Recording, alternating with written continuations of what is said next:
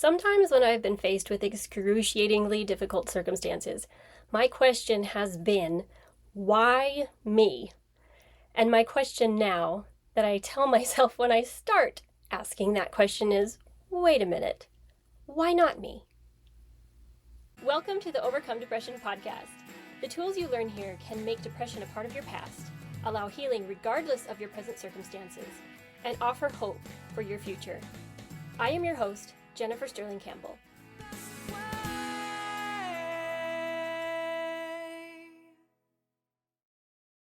After I divorced the first time, I was dragged back into court once my ex-husband got remarried. And the situation was pretty scary for me. I'd never been through anything like that before. And I remember a friend came over and I was very, very worked up and very worn out with just worry and grief and frustration and fear of what was ahead. I had to prepare to go fight in court. And I basically asked her, why couldn't this situation, these people, just bother someone else? Why couldn't they just leave me alone?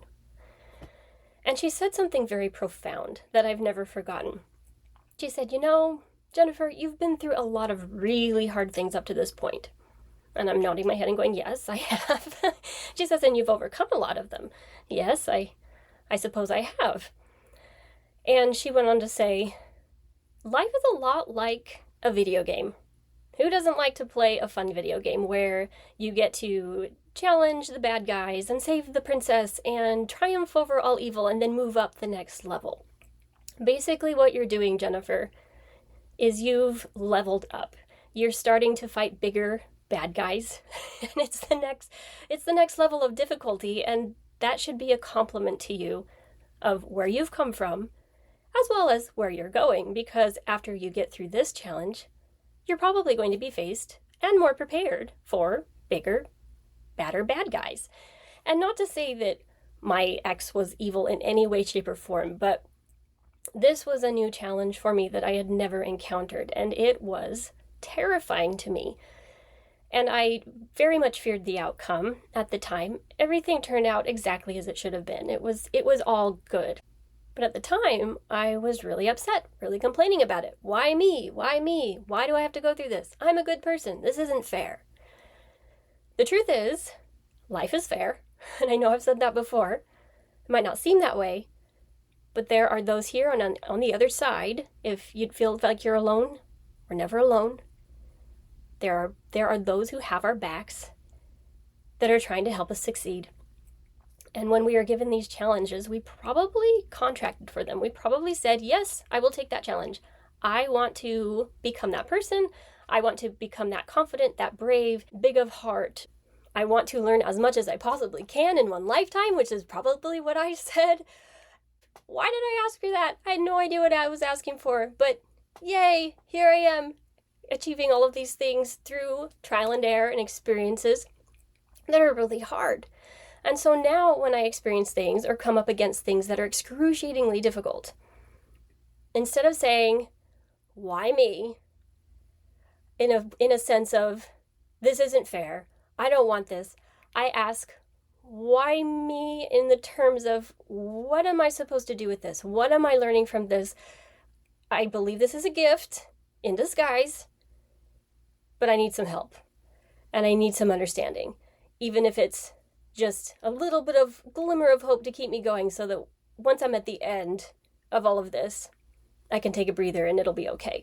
Just tell me it's gonna be okay, that I can do this.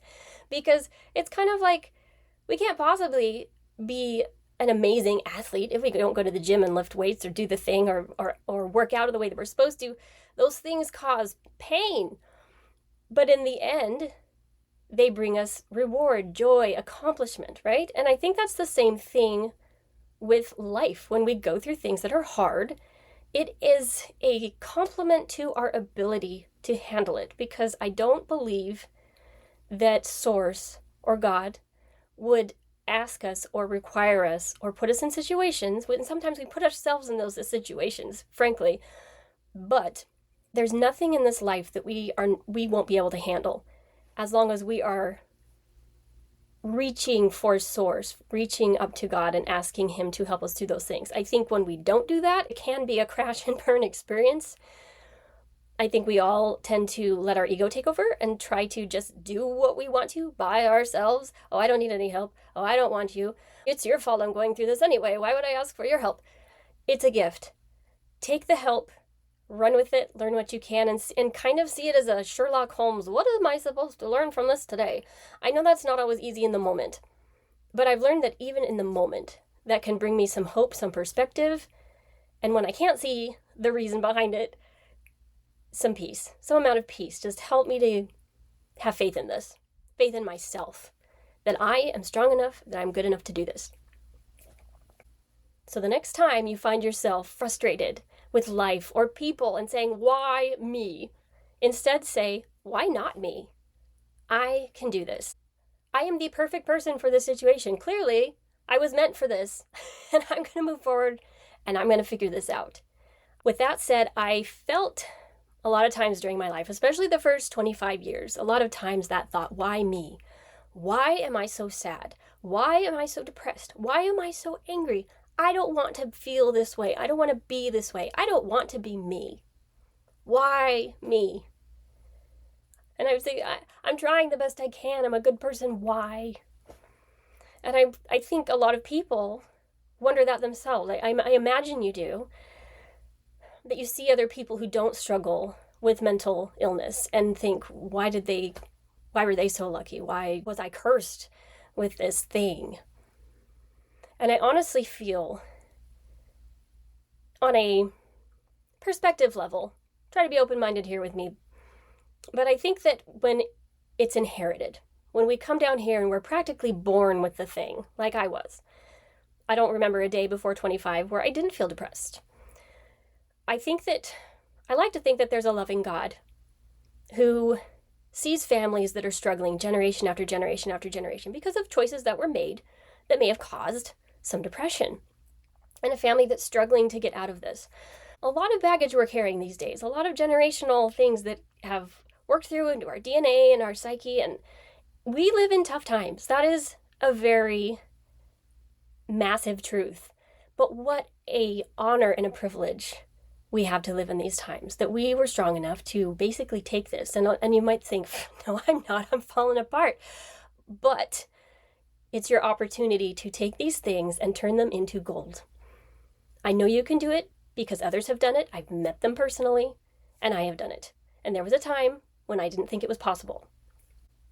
But I do believe that an all-loving God sends people to, or special, we're all special, but certain spirits to families to change the pattern of their posterity, to basically heal that line moving forward and backward. I think that it goes both ways, that it's not just us healing ourselves, that we have the ability to heal our posterity and our ancestors when we heal. And that's kind of a proxy thing, kind of like what the Christian atonement believes Christ did for all of us, that we can do for our family. So what I want to say is, if anyone can beat depression, it's you. Because you're here listening to this right now. And I think there's a reason for that. There have been many people in the course of this planet's history who have done quote-unquote impossible things. And the story I want to bring up today and talk about is that of Robert Bannister. And if you know that name, he is the man who was the first to beat the 4-minute mile. He got a 3:59.4, I think, and he was 25 years old. He was running on a day that wasn't particularly good weather, on a track that wasn't particularly nice. And at the time, all of these experts were saying, no, the body cannot go under 4 minutes. It's not humanly possible. It would damage the body, and so forth. And they were saying that even if it was possible, it would have to be under the right conditions. You would have to have a massive crowd and music playing, and the athletes would have to be completely rested and have a really compacted track and zero wind and just all the things that would make it like barely, maybe, possibly, you could maybe get close to 4 minutes. People had been trying to break the 4-minute mile actively since about 1886, when in It was May 6, 1954, that Robert Bannister finally overcame this obstacle. Did the impossible. No one could believe it. And it wasn't even, I think it was also on a day where it wasn't a particularly big meet. It was just like kind of just the regular meet for college. It wasn't any national or even regional event. And he beat the 4-minute mile. Now, what's interesting about Robert Bannister is that he did things differently. He trained differently than most of the other athletes, or all of the other athletes, as far as I know, were training at the time. And people called him the lone wolf. They kind of thought he was maybe a little odd. My dad told me that he would get up earlier than most of the other athletes running, rain, snow, sleet. He was out there running when other people were asleep. At least he would tell himself that I am out here running, training, other people are sleeping, and that is going to make me win. And he would run on sand and do other things. I haven't done all the research about all of his methods, but they were very different from those other athletes of the time who were running long distance. And I'm a long distance runner, and so this story is very special to me. I love it. I was not able to beat the 5-minute mile. I wanted to, or at least get way down there. I can attest that every millisecond as you get closer and closer to your goal becomes harder and harder to achieve, because it's pushing that limit to the point that your body has never gone before. When I first got started, I could get a best mile time, beat it by 10 seconds, 20 sometimes. And then it became 5 seconds, 4 seconds, 3 seconds, 2 seconds. And then it became, if I can just beat it by half a second, I will be so excited. I got down to 5:11. That was my personal best.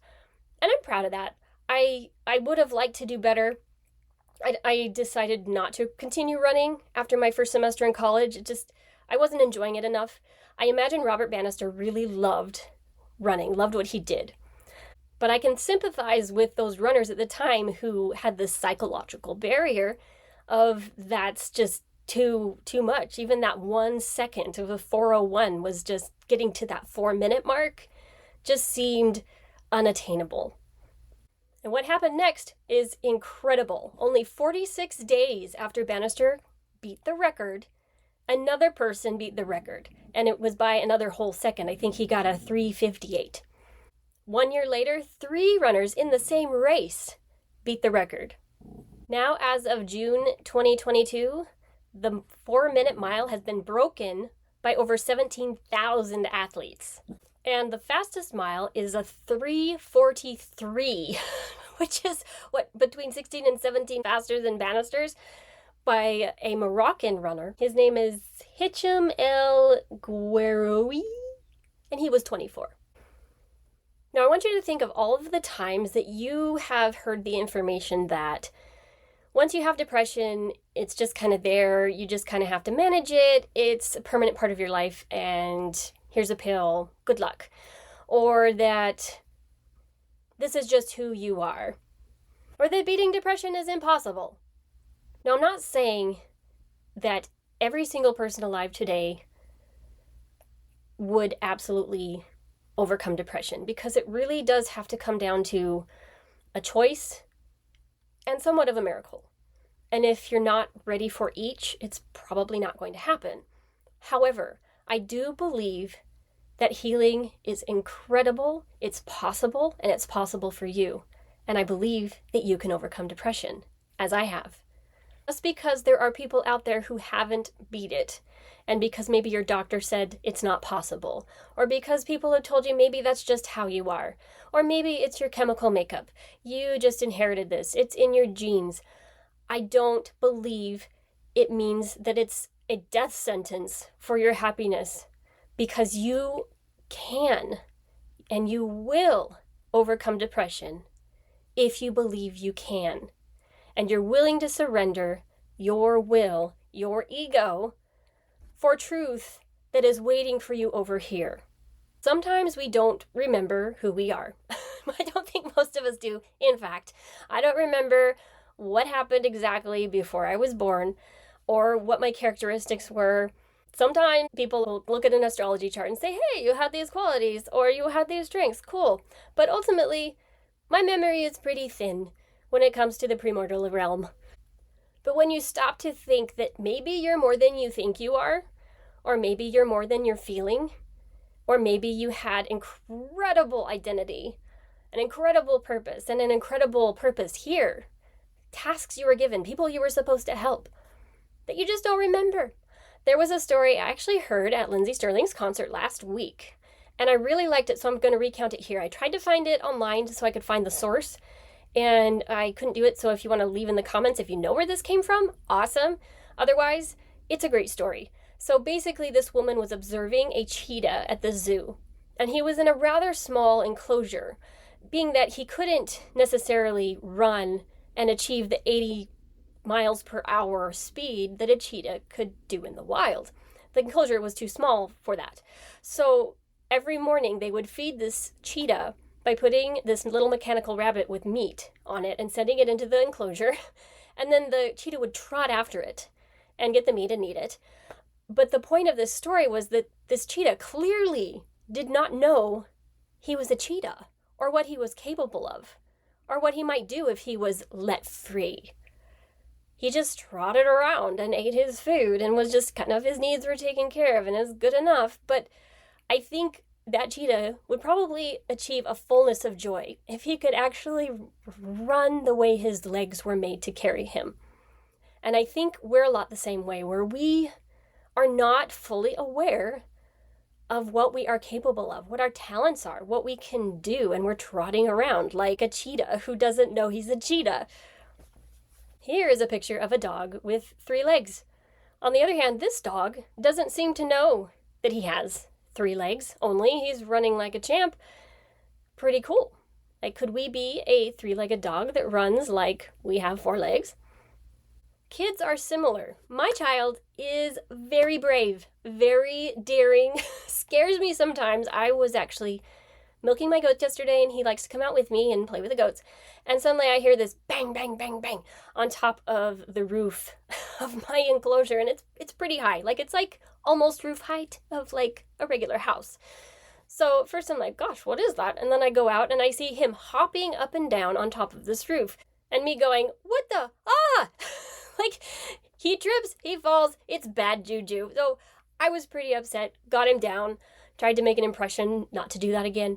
But he clearly doesn't understand what it would feel like if he fell 10 feet. And kids do seem to have this innate confidence before they learn what pain feels like and protect themselves. And we tend to sometimes experience pain and then protect ourselves a little too much. Fear creeps in. We don't want to jump on the roof anymore for fear that we might fall. We don't want to go on a roof at all because of fear we might fall. And maybe we need to go on the roof. Maybe there's fireworks and it would be a great place to sit, but we're too scared. I want to leave you with a quote, and it says, "If we all did the things we are really capable of doing, we would utterly astound ourselves." And that is by Thomas Edison, the man who invented the light bulb, or some say he invented the light bulb. He found about 1,000,001 ways the light bulb didn't work, and he called that a success.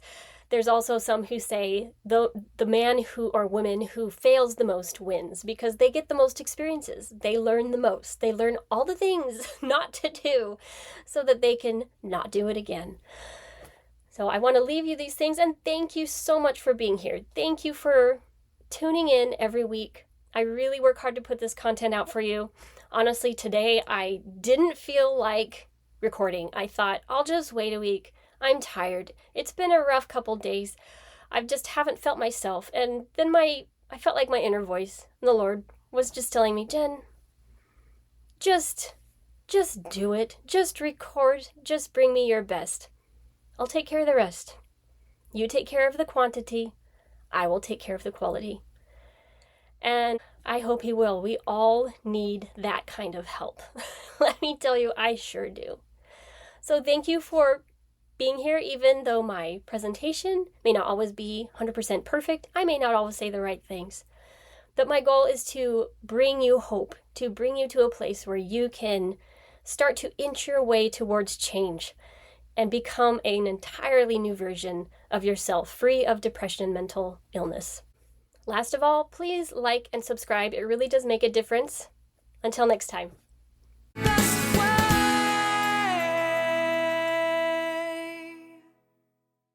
If you are new to this podcast, please go watch all of the hashtag introduction videos first, and then consider downloading the Overcome Depression workbook. Links in the description.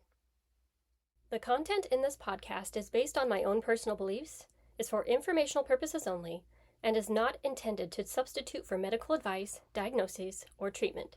Please refer to the full legal disclaimer in the description.